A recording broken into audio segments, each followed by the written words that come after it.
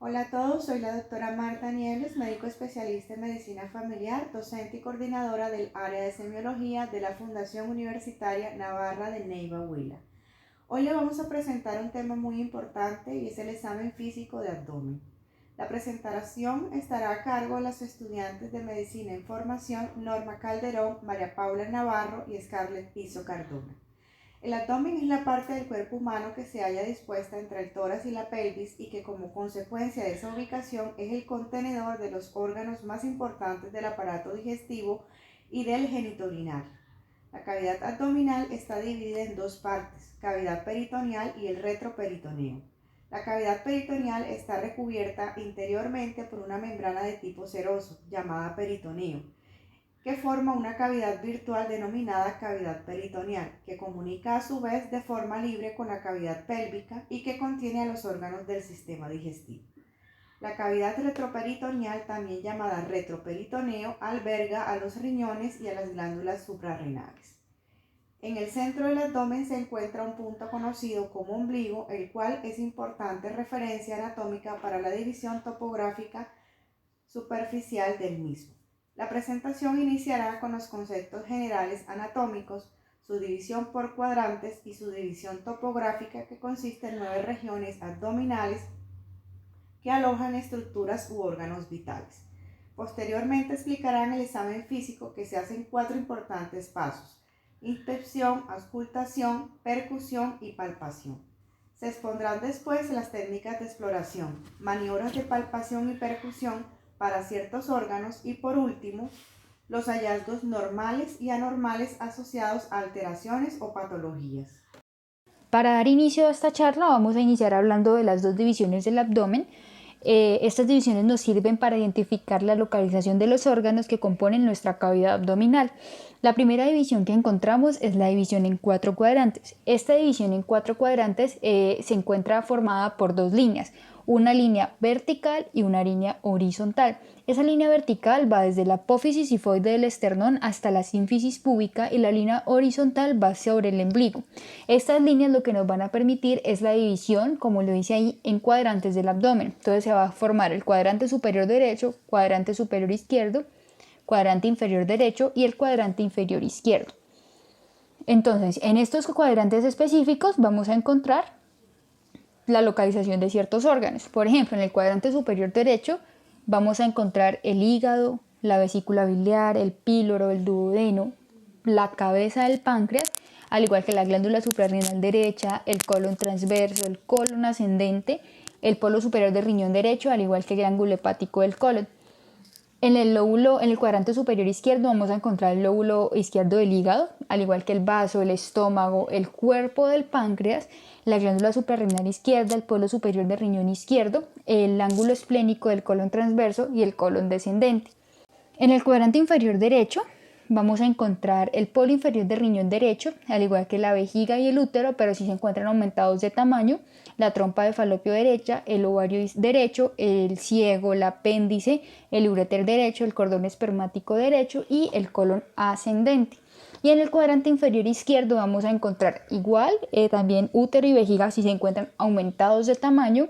También vamos a encontrar el polo inferior del riñón, pero en la parte izquierda, el colon sigmoide, el colon ascendente, el uréter izquierdo, el ovario izquierdo, trompa de falopio izquierda y el cordón espermático izquierdo. Ahorita vamos a hablar de la división en 9 cuadrantes. Esta división en 9 cuadrantes consta de 4 líneas que se encuentran dibujadas de la siguiente manera. Entonces, las líneas verticales, dos líneas verticales que se encuentran desde las líneas medioclaviculares hasta la parte media de los ligamentos inguinales, y las dos líneas horizontales superior e inferior.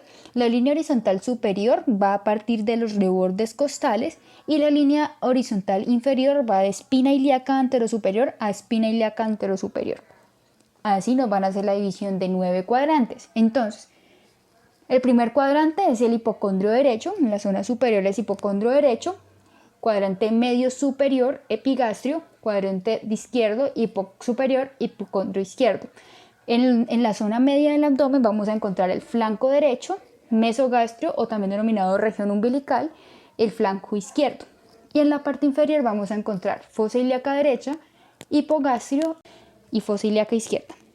Entonces, estos cuadrantes nos ayudarán a identificar más específicamente dónde se encuentra cada órgano, como en el de 4 cuadrantes. Entonces, por ejemplo, en el hipocondrio derecho encontramos el lóbulo hepático derecho, la vesícula biliar, también la glándula suprarrenal, el ángulo hepático del colon y una parte del riñón derecho. En el epigastrio encontramos el estómago, el duodeno, la cabeza del páncreas, una parte del hígado, al igual que la vena cava inferior y la aorta. Y en hipocondrio izquierdo encontramos el vaso. Aquí es importante mencionar que se encuentra el cuerpo y cola del páncreas, ángulo esplénico del colon, la glándula suprarrenal izquierda y el polo superior del riñón izquierdo. Entonces, en el flanco derecho encontramos la parte del riñón derecho, colon ascendente y asas delgadas intestinales. A nivel del mesogastrio encontramos la porción inferior del duodeno, colon transverso, aorta y vena cava inferior. En el flanco izquierdo encontramos lo que es la parte del riñón peroizquierda, colon descendente y asas delgadas intestinales. En la fosa ilíaca derecha vamos a encontrar el ciego. Aquí vamos a encontrar el apéndice cecal, la desembocadura del uréter, el canal inguinal y los ovarios en caso de que nuestro paciente sea una mujer. El hipogastrio, entonces en el hipogastrio tenemos el colon sigmoideo, la vejiga, la próstata en el hombre y el útero en la mujer. Y en la fosa ilíaca izquierda vamos a encontrar el colon sigmoideo, ovarios, desembocadura del uréter y el canal inguinal. Ahorita sí vamos a empezar a hablar de la inspección de abdomen. Importante mencionar que en abdomen se tienen que hacer los siguientes pasos: inspección, auscultación, percusión y palpación. Entonces vamos a iniciar hablando de la inspección del abdomen. Entonces, en inspección del abdomen se observa el contorno del abdomen. Si encontramos un abdomen que es plano, nos indica que el paciente es bien desarrollado y muy bien nutrido. Si es un abdomen excavado, o sea que tiene una pared deprimida, se encuentra asociado a estados de emaciación o de caquexia. Si el abdomen es globoso, lo que quiere decir que se encuentra aumentado volumen o se encuentra distendido, se encuentra asociado a ascitis, esplenomegalia masiva o inclusive a obesidad. Entonces, las distensiones, dependiendo de sus localizaciones, a sí mismo nos van a arrojar un posible diagnóstico.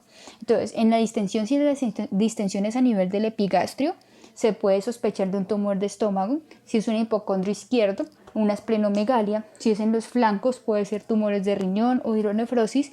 Y si es en el hipogastrio, se puede dar una distensión de la vejiga por un posible embarazo o un quiste ovárico. Ahora sí vamos a hablar de la inspección del perfil de abdomen.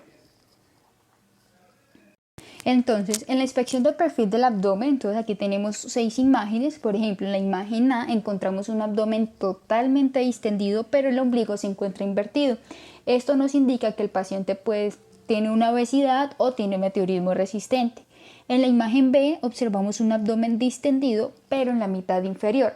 Esto quiere decir que podemos estarnos enfrentando a un embarazo, a un quiste ovárico o a un fibroma uterino. En la imagen C ya se observa un abdomen totalmente distendido y el ombligo se encuentra evertido. Aquí esto es significativo de una citis crónica. En la imagen D se encuentra el abdomen distendido en el tercio inferior. Eso puede indicarnos un embarazo, un tumor ovárico o una vejiga distendida. En la imagen DE es un abdomen que se encuentra deprimido, o también conocido como abdomen escafoide, que nos indica un posible estado de desnutrición. En la imagen F es un abdomen que se encuentra distendido en la mitad superior, lo que nos puede arrojar que posiblemente el paciente puede tener un quiste pancreático o un carcinoma gástrico muy avanzado. Bueno, con respecto a la piel, que también se debe inspeccionar, por supuesto, entonces tenemos que inspeccionar si la piel está ictérica o si tiene cicatrices postquirúrgicas, si tiene estrías, si de pronto tiene petequias, que es característico en enfermedades hemorrágicas, o si de pronto tiene una pigmentación rosácea, que es característica de la enfermedad de Addison. Bueno, con respecto a las venas superficiales, en las venas superficiales la distribución de estas venas en el abdomen no es perceptible, pero cuando ellas se encuentran vasodilatadas o una marcada vasodilatación, nos está indicando una posible obstrucción de la vena porta o de la vena cava. Entonces, si se llega a encontrar una vasodilatación muy marcada, como lo observamos en esta imagen, tenemos que encontrar la circulación, la dirección en la que va la sangre, ¿vale? Con respecto a los movimientos peristálticos, bueno, los movimientos peristálticos no siempre son indicativos de una enfermedad, pero si esos movimientos peristálticos son acentuados y persistentes, pueden ser indicativos de que el paciente se está enfrentando con una obstrucción. Entonces, por ejemplo, en la obstrucción pilórica se encuentran esas ondas peristálticas que van a nacer desde el borde costal izquierdo. Bueno, aquí tenemos el signo de Hastel-Cullen, que se define como la coloración azul o púrpura. ¿Qué quiere decir? Es una equimosis periumbilical. Entonces, esta equimosis periumbilical por lo general manifiesta que hay una extensión de un hematoma de pancreatitis aguda necrohemorrágica que ha pasado a través del ligamento redondo del hígado. Entonces, esta extensión del hematoma es muy extensa y está situada en la cabeza del páncreas, que puede llegar a extenderse hasta el hígado por el epiplón menor. Recuerden, Hastel-Cullen, equimosis periumbilical. Aquí tenemos el signo de Gray-Turner. Este signo se define por la coloración azul púrpura, pero que se da en el nivel de los flancos. Ellos representan una hemorragia retroperitoneal que ha ido avanzando a través de los planos de las fascias hasta la piel, formando así la equimosis, ¿cierto? Entonces, esa sangre puede extravasarse de forma retroperitoneal hasta el peritoneo, y eso es lo que provoca el hematoma, lo que puede llegar a provocar un hematoma inguinal, un hematoma escrotal o una masa inguinal. Lo más frecuente de lo que se encuentra asociado a estos signos es que puede estar paciente con una pancreatitis hemorrágica. Bueno, entonces aquí tenemos un paciente que tiene ambos signos, el signo de Gray-Turner y el signo de Cullen. Entonces, también tiene pues equimosis en los flancos y equimosis periumbilical. Las posibles causas de esto es porque el paciente sufre de alguna coagulopatía, porque puede presentar un aneurisma de la aorta abdominal, por un traumatismo grave o por un embarazo ectópico roto. Entonces, esto puede caracterizarse por alguna otra afección asociada a una hemorragia en el retroperitoneal. Bueno, el tratamiento y manejo de emergencia: se tiene que estabilizar la vía aérea, se tiene que identificar el origen del sangrado mediante laboratorio y inmediatamente hospitalizar. Algunos tips de estos signos: los signos aparecen, estas señales se ven típicamente de 2 a 3 días después de su episodio agudo y se observan más o menos en el 1 o el 2% de la población con pancreatitis hemorrágica. Bueno, aquí también se tienen que observar las estrías atróficas. Esas estrías atróficas generalmente son debido a una distensión previa de la piel, una distensión ocasionada por una obesidad, por un paciente que presenta citis o por un paciente que presenta un embarazo y el síndrome de Cushing. Bueno, aquí tenemos esta afectación conocido como el nódulo de la hermana María José. Este nódulo es una lesión metastásica cutánea umbilical. Generalmente se encuentra asociado a un tumor intraabdominal. Ellas pueden ser de origen ovárico, gástrico, pancreático o colorectal. Bueno, con respecto a la distribución del vello pubiano, normalmente en nosotras las mujeres el vello pubiano es de forma triangular y en los hombres es de forma romboidal. Si hay una disminución de este vello, puede sospecharse de una insuficiencia hepática, y si llega a haber alguna alteración de la distribución, puede asociarse a algunos trastornos hormonales. Bueno, ahorita vamos a hablar de las patologías. Bueno, tenemos las hernias. Las hernias son la protrusión de un órgano o tejido a través de una apertura anormal del abdomen. Entonces, generalmente, se conoce una hernia, que es un saco formado por un revestimiento que tiene la cavidad abdominal, que es lo que se conoce como peritoneo. Entonces, el saco va a pasar a través de un área débil de la pared abdominal, que es quien rodea al músculo, que se denomina fascia, y eso es lo que se conoce como las hernias. Hay distintos tipos de hernias. Hay hernias inguinales, femorales, umbilicales, incisionales y epigástricas. Vamos a hablar de cada una de ellas. Entonces, aquí tenemos las hernias inguinales, que como su nombre bien lo dice, son aquellas hernias que aparecen en el pliegue inguinal, del ligamento inguinal, o inclusive pueden aparecer en el escroto. Son más frecuentes en los varones y existen de dos tipos. Pueden ser directas e indirectas, y esto depende del lugar exacto donde se produzcan estas hernias.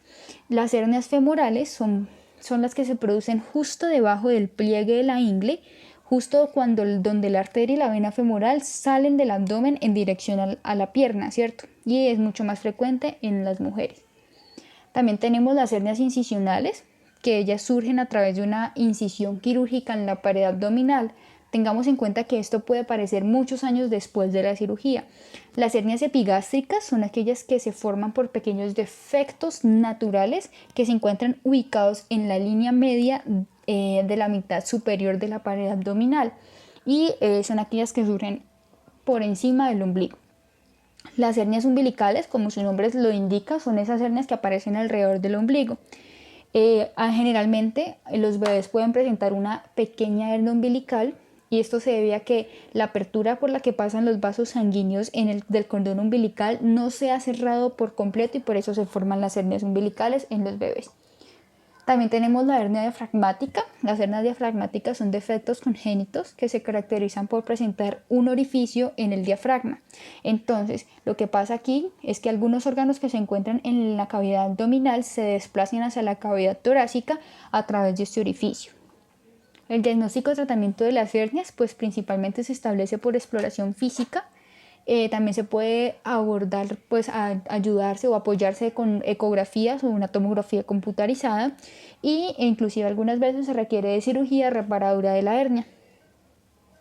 Bueno, aquí vamos a hablar de la diastasis de los rectos abdominales, que es una afectación de los músculos abdominales, de los rectos abdominales específicamente, y lo que pasa aquí es que ellos se separan. Entonces, esta diastasis es muy común en las mujeres de más de 35 años que dan a luz a bebés de peso muy elevado o que tienen un embarazo múltiple.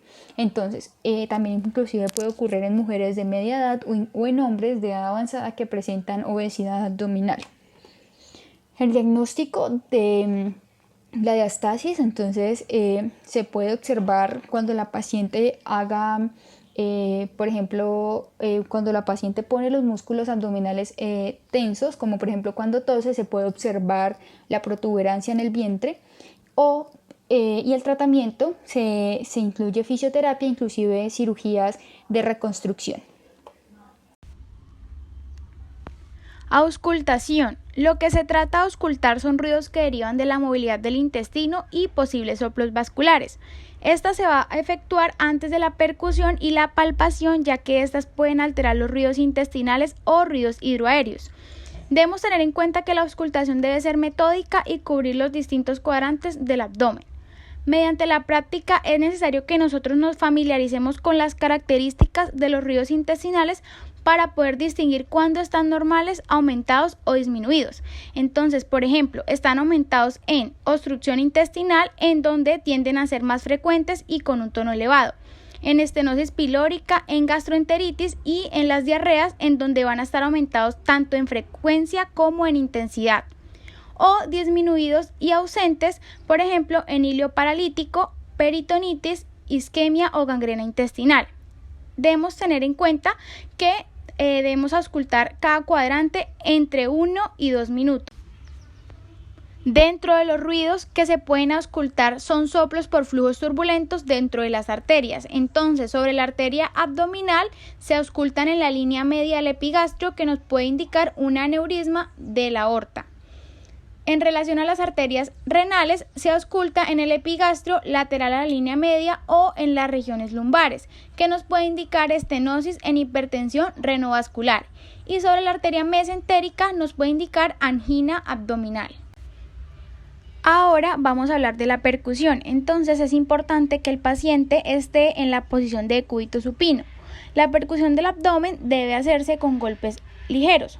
De esta manera vamos a obtener sonidos más definidos y confinados a áreas más pequeñas para evitar confusiones. Entonces, al realizar esta maniobra se va a producir un sonido hiperresonante y timpánico en el abdomen, que va a variar en los distintos momentos del día según sean los cambios fisiológicos del tracto gastrointestinal.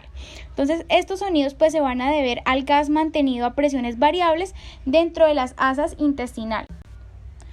Para efectuar la percusión lo vamos a hacer con la técnica dígito digital, en la cual se percute sistemáticamente el abdomen. Entonces lo primero que hacemos es que nos colocamos al lado derecho del paciente y vamos a empezar por dar unos golpes en el epigastrio.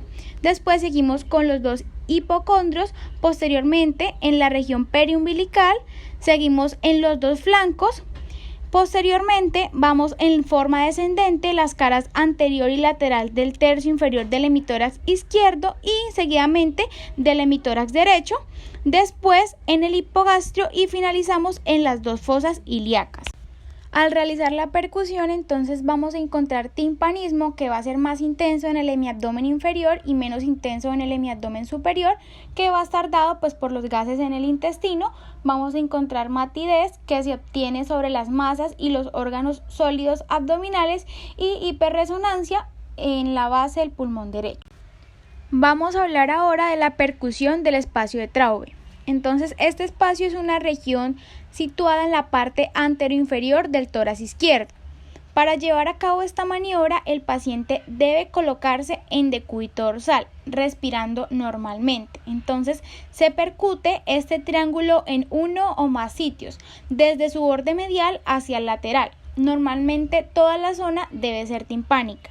Entonces, vamos a tener que cuando hay una alteración, es decir, que pasa a matidez, las principales causas son por esplenomegalia, hepatomegalia del lóbulo izquierdo o un derrame pericárdico. Frente a un abdomen distendido, la percusión puede ayudar a diferenciar si la distensión es por acumulación de gas, lo que se conoce como meteorismo, por líquido en el peritoneo, es decir, ascitis, o un aumento de volumen anormal, ya sea un tumor, globo vesical o un útero miomatoso. Entonces, la forma de interpretar estos sonidos es la siguiente. Si el problema es la acumulación de gas en el intestino, entonces lo que vamos a escuchar es hipersonoridad o timpanismo. Si el paciente presenta acumulación de líquido en el peritoneo, es decir, pues la ascitis, vamos a escuchar matidez, y si el problema como tal es un tumor, un globo vesical o un útero miomatoso, pues vamos a escuchar matidez.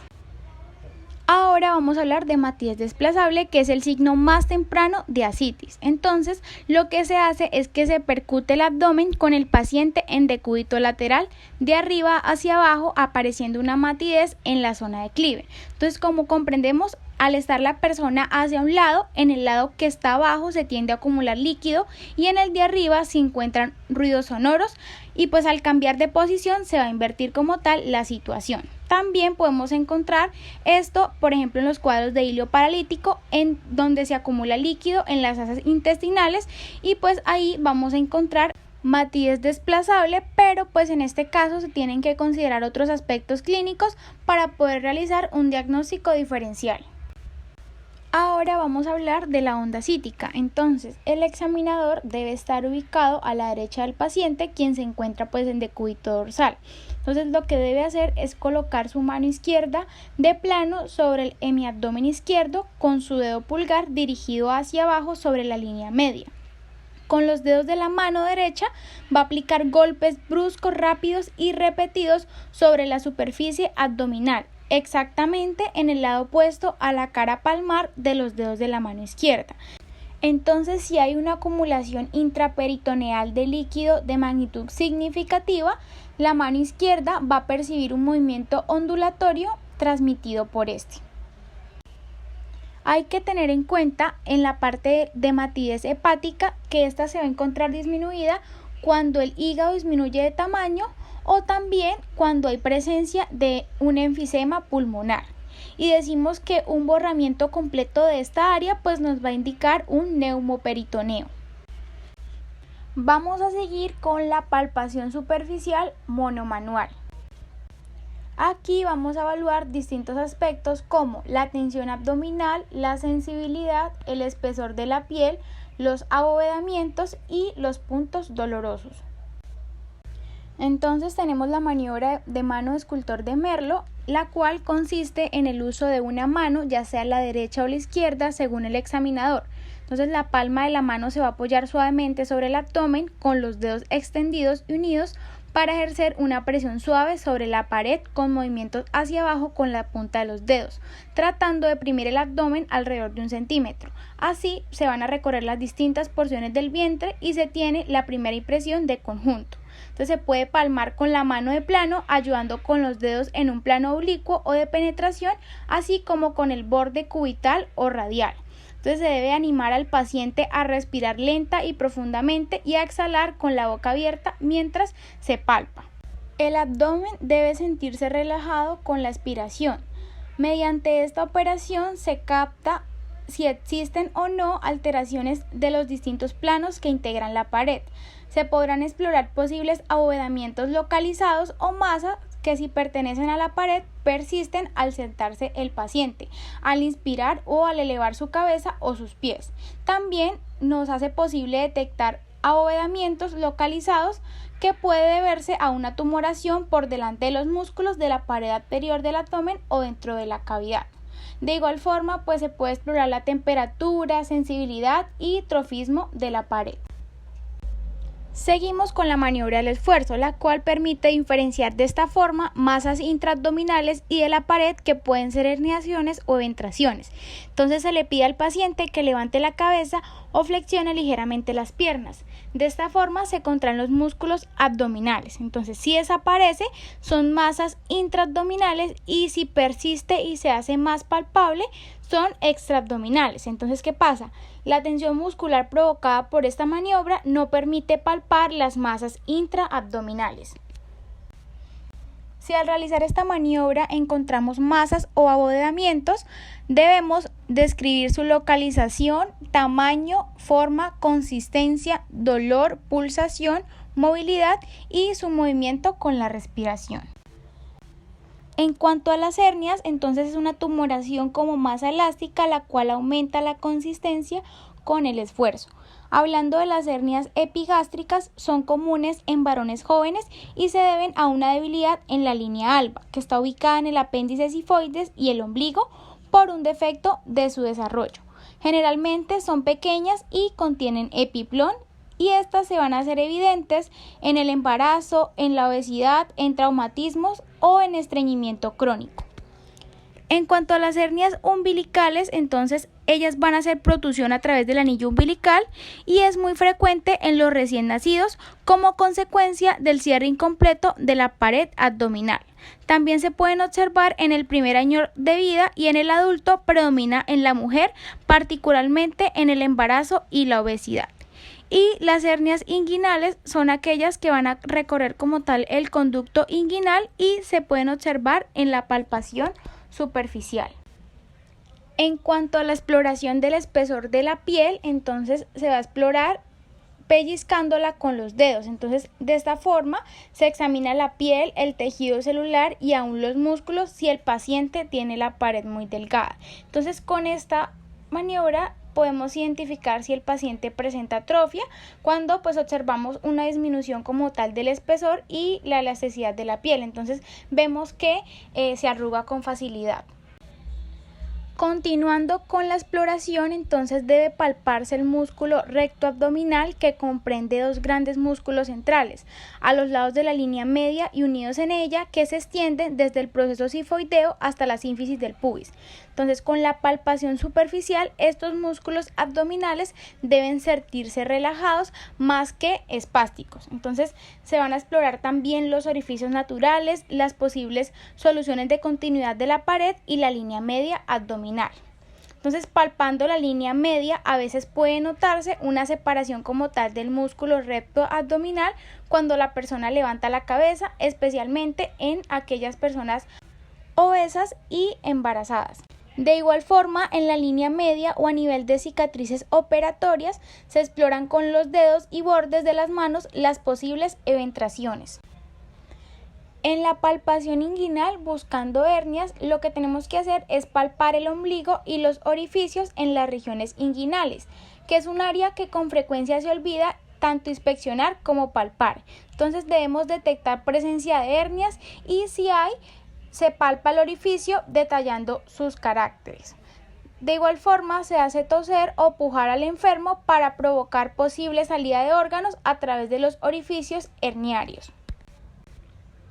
En cuanto a la exploración de la sensibilidad parietal, entonces la comprobación de las diferentes alteraciones de la sensibilidad parietal se va a hacer mediante tirones suaves o pellizcamiento de la piel mientras se palpa su espesor pasando sobre ella un alfiler. Entonces la reacción del paciente puede ser verbal o a través de la expresión facial.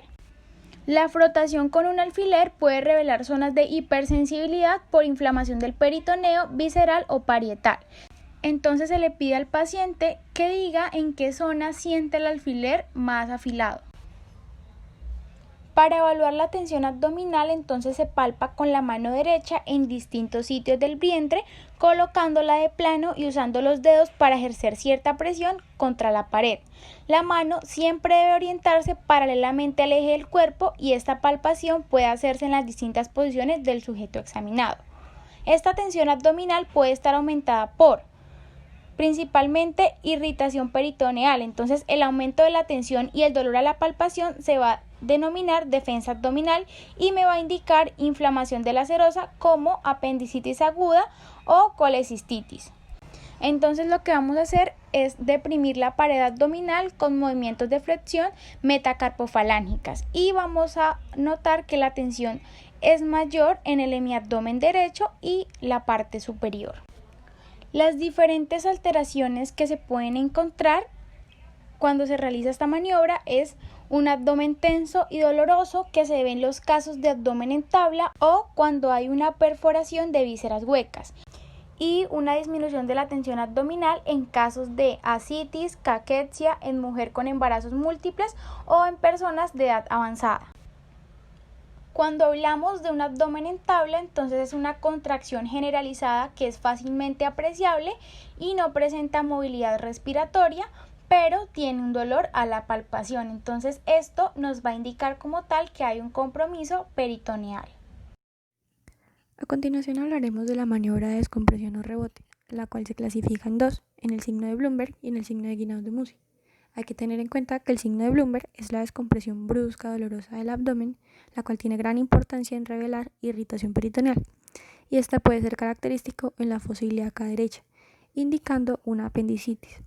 Por otro lado, el signo de Guinaud-de-Mussy indica que la descompresión brusca en cualquier punto del abdomen genera un dolor muy intenso, y esto es característico de peritonitis. El signo de Godet se identifica si al presionar con un dedo la pared abdominal queda una huella persistente en el sitio de la presión, lo cual indica un edema abdominal, tal y como se puede observar en la imagen que tenemos a nuestro costado izquierdo. Ahora se hablará acerca de la palpación profunda del abdomen, y hay que tener en cuenta que esta tiene por objeto reconocer las vísceras huecas, tales como el ciego, el colon ascendente y sigmoide, y las sólidas como el hígado, vaso y riñón. Incluye también la palpación del latido aórtico y permite reconocer anormalidades como el agrandamiento de las vísceras a lo que denominamos como visceromegalias y tumoraciones abdominales. Para empezar a hablar acerca de la palpación de los órganos duros, hay que tener en cuenta que el hígado es el órgano más voluminoso de los órganos intraabdominales, el cual ocupa todo el hipocondrio derecho y se extiende incluso hasta parte del izquierdo. Entre las muchas técnicas que tenemos para la palpación del hígado, empezaremos a hablar acerca de la palpación monomanual o simple, la cual es muy reconocida.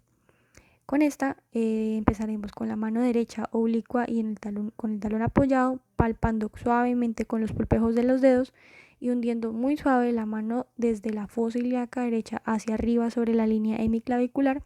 Además, pidiéndole al paciente que por favor inspire profundamente, lo cual hace que el hígado descienda y permita que sea mucho más fácil la palpación de este. Seguidamente, la palpación monomanual o en mano de cuchara, en la cual el examinador se ubica del lado derecho del paciente y usa la mano derecha. Se coloca la mano en forma transversal al reborde hepático y con los dedos flexionados en forma de cuchara se ejerce una presión suave debajo del reborde costal. Además, se le pide al paciente que por favor inspire profundamente para facilitar la exploración del mismo. Por otro lado, tenemos la palpación bimanual o maniobra de Schaufert. Esta con los dedos índice y medio de la mano izquierda y con el pulgar en posición en ángulo costomuscular derecho, haremos presión en la parte de la espalda del paciente.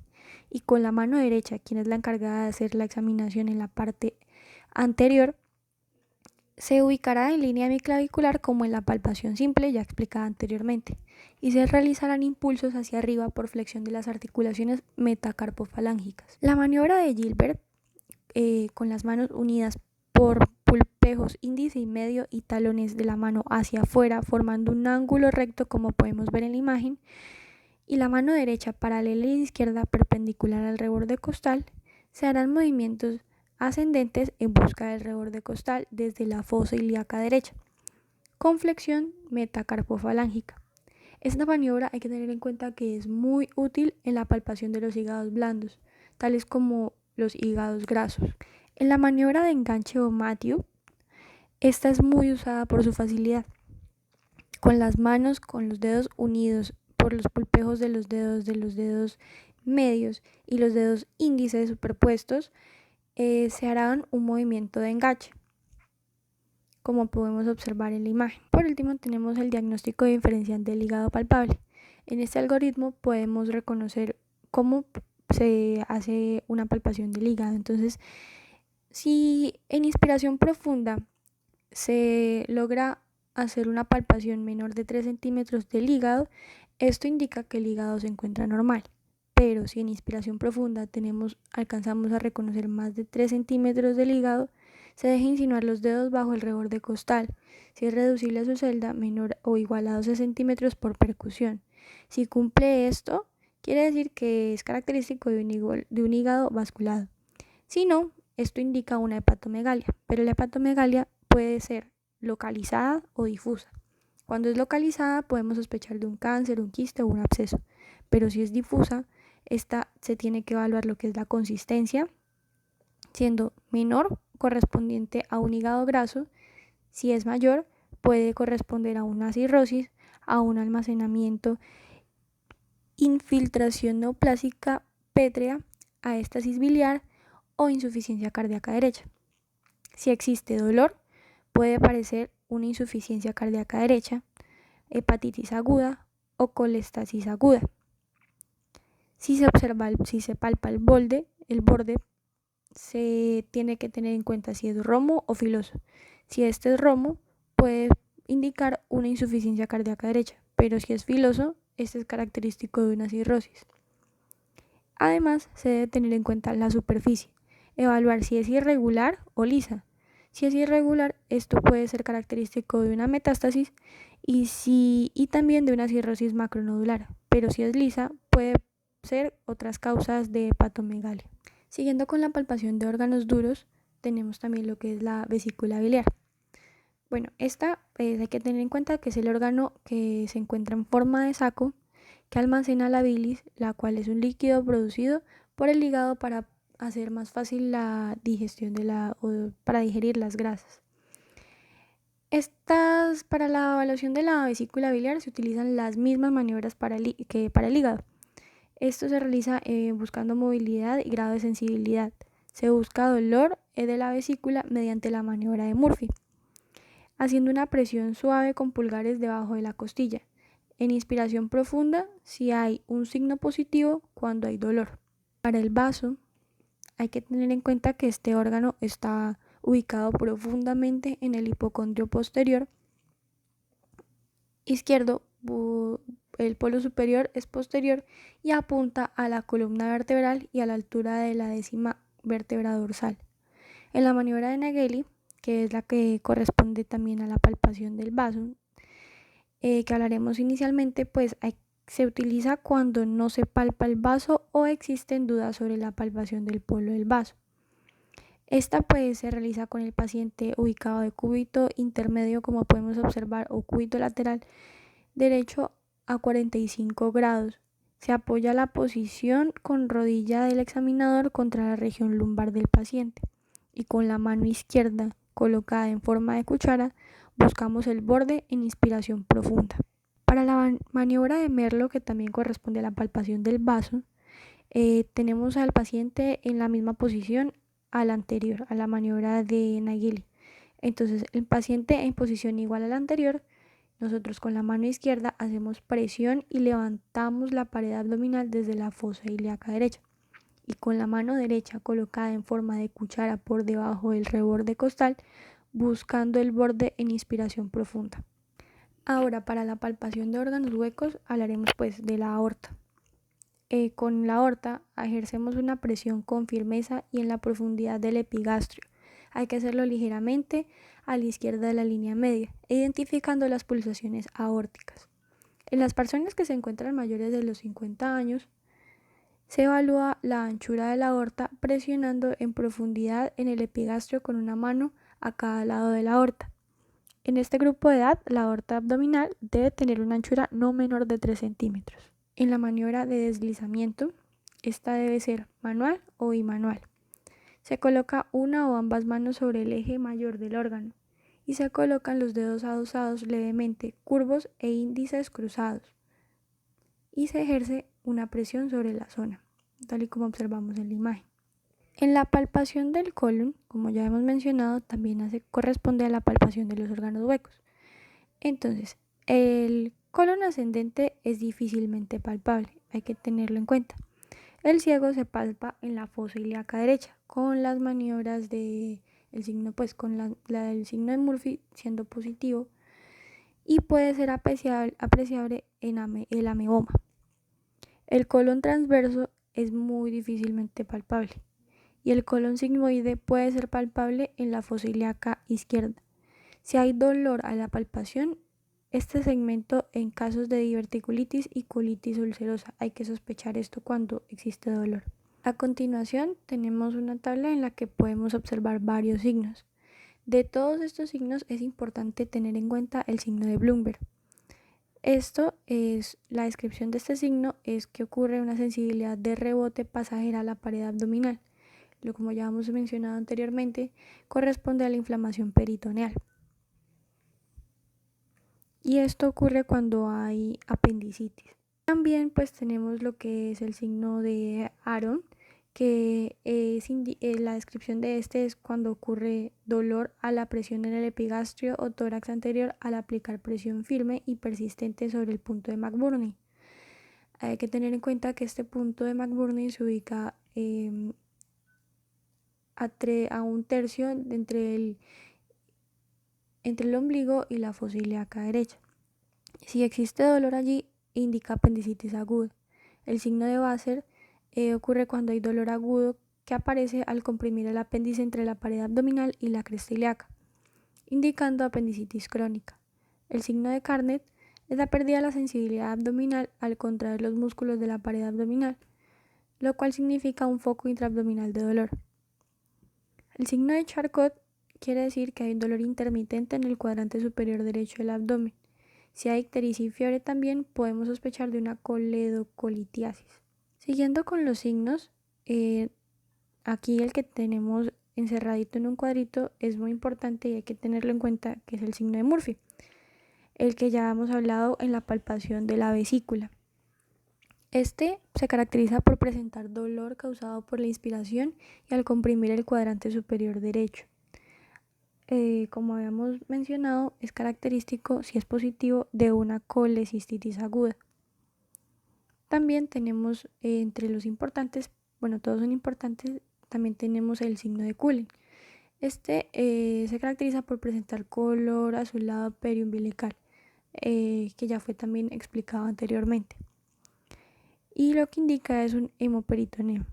También entre los importantes que tenemos estos que se encuentran encerrados en cuadritos rojos, tenemos el signo del obturador.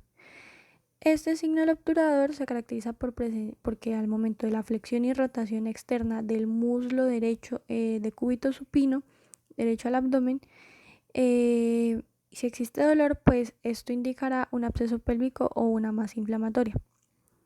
También tenemos el signo del psoas ilíaco, donde se caracteriza por presentar dolor al levantar y extender la pierna contra una resistencia. Esto es característico de una apendicitis con absceso retrocecal. Por otro lado está el signo de Rousing.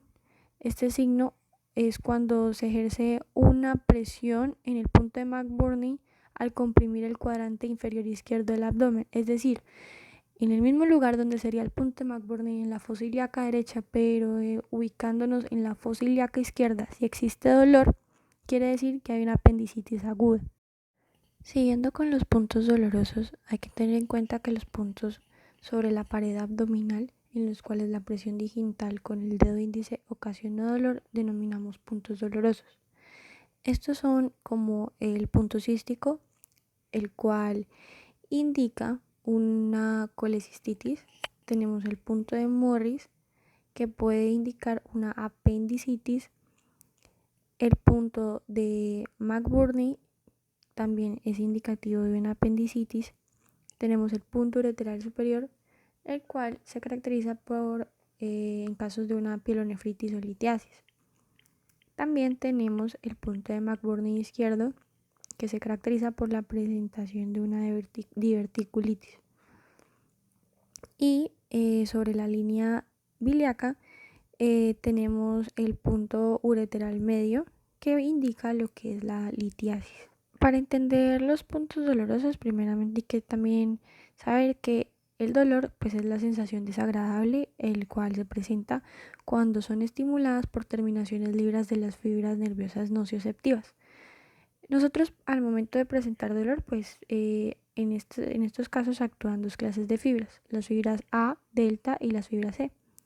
Las fibras A delta se caracterizan por ser de conducción rápida, presentar una sensación dolorosa aguda, localizada y de preferencia en la piel, mientras que las fibras C son de conducción lenta. El dolor que presentamos con estas fibras pues son sordo y mal localizado, y además este es característico por presentarse en vísceras abdominales y los músculos. Entonces pues en el caso de peritoneo visceral pues hay que tener en cuenta de que este carece de fibras dolorosas. Como este dolor puede ser difuso y mal localizado, y el paciente con dolor visceral se contorsiona y cambia de posición, o sea que esto puede ser característico de la conducción de las fibras C. En el peritoneo parietal pues tiene un buen número de fibras dolorosas A delta. El dolor es nítido y bien localizado. El paciente procura estar quieto, y esto es característico de signos de irritación peritoneal. Las vísceras sólidas solo tienen terminaciones nociceptivas en la cápsula de las mismas, ¿cierto? En esta tabla tenemos las características del dolor abdominal en función de la fisiopatología. Entonces, el dolor puede ser visceral o esplénico y tiene un origen pues, de receptores de vísceras abdominales. El mecanismo del dolor es al estiramiento o tracción de la víscera. La transmisión es lenta. Y las características son como poca precisión, mal localizado, lo cual pues, puede ser difuso, sin postura antálgica, es decir, que no se mejora con ninguna posición. Síntomas vagales como ansiedad, sudoración, náuseas y vómitos. El dolor parietal, peritoneal o somático corresponde a los receptores del peritoneo parietal de piel y músculos, es el origen que tiene. El mecanismo de este dolor es producto de una inflamación o isquemia. La transmisión puede ser rápida por fibras mielinizadas, y las características de este tipo de dolor es intenso, es muy bien localizado, de forma punzante y con postura antiálgica. El dolor referido tiene origen en las regiones alejadas del lugar donde se percibe. El mecanismo es visceral o parietal, y la transmisión es por las vías centrales compartidas. La secuencia de los fenómenos cuando hay compromiso de una víscera hueca: tenemos la distensión de la víscera, que es cuando hay dolor sordo situado sin delimitación precisa hacia la línea media, indica un dolor visceral. La inflamación de la víscera: cuando es en segunda fase, el dolor se lateraliza del lado de la víscera enferma. Por otro lado, el compromiso del peritoneo parietal: el dolor es acentuado, se localiza bien y en la región afectada. Se harán presentaciones además de los signos de irritación peritoneal. Un ejemplo muy común es la apendicitis. Entonces, en el apéndice, cuando se obstruye, se distiende y aparece el dolor visceral, el cual al inicio pues no es definido, no es percibido como un dolor, es percibido como un dolor sordo en la región periumbilical y sin límites definidos. Después de un tiempo, pues el apéndice se inflama más y da lugar a un dolor referido lateralmente en la fosa ilíaca derecha. Este dolor referido es más acentuado que el visceral. Si la enfermedad progresa hasta tal punto de irritar el peritoneo parietal, el dolor se va a acentuar y se va a localizar en el punto de McBurney, como ya lo hemos explicado. En este gráfico vamos a tener los tipos de dolor abdominal. Es como una referencia que podemos tener en cuenta en casos de estar presentes ante un paciente con un dolor abdominal. Por ejemplo, si un paciente nos describe que tiene un dolor en el hipocondrio derecho, podemos sospechar de un cálculo biliar o una úlcera estomacal o pancreatitis. Si el paciente nos refiere dolor en el epigastrio, podemos sospechar de una úlcera estomacal como acidez, indigestión, pancreatitis o una hernia epigástrica. Si el paciente refiriera un dolor en el hipocondrio izquierdo, podríamos sospechar de una úlcera estomacal, una úlcera duodenal, un cólico biliar o una pancreatitis. Hay que tener en cuenta que los dolores como los cálculos biliares y la pancreatitis suelen ser muy similares porque en la pancreatitis es muy común tenerlos como que inician en la parte del hipocondrio izquierdo y se pueden irradiar hacia la parte de la espalda en forma de un abrazo, ¿sí?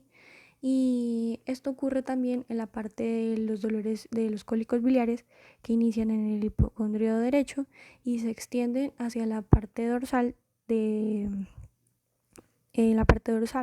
Entonces pueden ser confusos en el momento de tener una pancreatitis o cálculos biliares.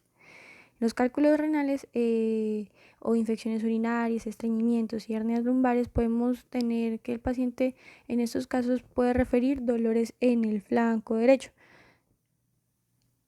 Cuando el paciente de pronto refiere dolor en el flanco izquierdo, podemos sospechar de cálculos renales también, podemos sospechar de estreñimiento, de enfermedad diverticular o de un intestino inflamado. Si el paciente dijera que le duele hacia la parte de la fosa ilíaca derecha, como ya hemos mencionado anteriormente, podemos sospechar casi siempre como primer momento pues de una apendicitis, pero también puede estar un estreñimiento, el dolor pélvico, dolor en la ingle o hernia inguinal. Casi siempre se sospecha de apendicitis, pero no todo es eso. Por otro lado, si tenemos una infección urinaria, una apendicitis, una enfermedad diverticular de intestino inflamado y dolor pélvico, este dolor se va a encontrar en lo que es en el hipogastrio. Por último, tenemos también, si refiriera de pronto un dolor en el flanco, en la fosa ilíaca izquierda, podemos nosotros sospechar de que el paciente puede presentar una enfermedad diverticular, un dolor pélvico, dolor en la ingle o una hernia inguinal, por ejemplo. Hay que tener en cuenta que estos dolores abdominales tienen unas características. Las características son específicamente 4. El carácter y severidad del dolor, por ejemplo, el dolor de carácter cólico es parecido a un calambre que aparece y desaparece de manera intermitente, pero la cual no es rítmica, puede sugerir un compromiso intestinal. En términos generales, el dolor de alta intensidad podría señalar hacia una enfermedad orgánica y de baja intensidad en trastornos funcionales. También se tiene en cuenta la cronología y las correlaciones del dolor. Por ejemplo, si el dolor se establece y se relaciona con la ingesta de la comida, si es positivo se define, si es precoz, ejemplo, menor a 1 o 2 horas después de la comida, o tardío cuando es posterior a 2 o 4 horas. El tiempo transcurrido desde el comienzo del dolor hasta su culminación se denomina como el acme doloroso. También se tiene en cuenta la recurrencia y periodicidad del dolor. Ejemplo, si el dolor presenta recaídas y remisiones, no se debe confundir con la cronología, ya que la cronología es indicativo de tiempo un poco más corto, ¿sí? Como de hace poco, por decirlo así. Por otro lado, los factores agravantes y atenuantes hay que tenerlos en cuenta. ¿Cuáles podrían ser atenuantes? Medicamentos, ingesta de alimentos en caso de agravantes, posiciones para atenuantes, ejemplo, aplicación de presión sobre el abdomen, como puede ser atenuantes o incluso agravantes. De posiciones pueden ser atenuantes o emisión de flatos, también puede ser atenuantes. Ya para terminar, el dolor abdominal agudo ocurre cuando un dolor abdominal es severo e incapacitante y este puede afectar el estado general del paciente. Él puede ceder poco o parcialmente con analgésicos y se dice estar frente a un abdomen agudo y este se denomina con 2A mayúscula. Para la exploración de un dolor abdominal agudo es muy importante la palpación. Si el paciente se está quieto y se opone a que lo muevan, puede ser compromiso peritoneal. Pero si cambia de posición, es posible que sea una oclusión de víscera hueca. Se van a establecer si hay o no signos de irritación peritoneal. Esto se define por la defensa que ejerce el paciente a la palpación profunda.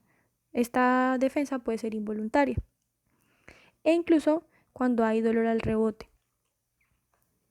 Esto se cumple cuando, por ejemplo, hay una apendicitis aguda, un cólico biliar, una pancreatitis aguda, un cólico renal, cuando hay perforación de la úlcera péptica, cuando hay oclusión intestinal, peritonitis aguda, rupturas de embarazo ectópico. Por último, se debe programar en el tiempo si pierde función de alarma o solo queda como molestia. Además, hay que tener en cuenta que cuando esto se prolonga en el tiempo y pierde su función o queda solo como molestia, podríamos sospechar de una úlcera péptica, un cáncer gástrico, una pancreatitis crónica, dispepsia funcional, colecistitis crónica y hepatopatías o enfermedades del vaso. Por eso es importante preguntarle al paciente las recurrencias y la periodicidad del dolor. Asimismo, podemos evaluar si estamos hablando de un dolor abdominal crónico. Lo contrario, en cuanto a la cronología y correlación, que hablamos más de periodos de dolores agudos, porque los periodos o el tiempo del dolor es de cerca de 1 a 4 horas, por ejemplo. Y pues esta fue la bibliografía para la cual nos basamos para realizar esta presentación, como el Tratado de Semiología, la exploración física de Batis, la semiología médica de Argente y la semiología médica de Cediel. Muchas gracias.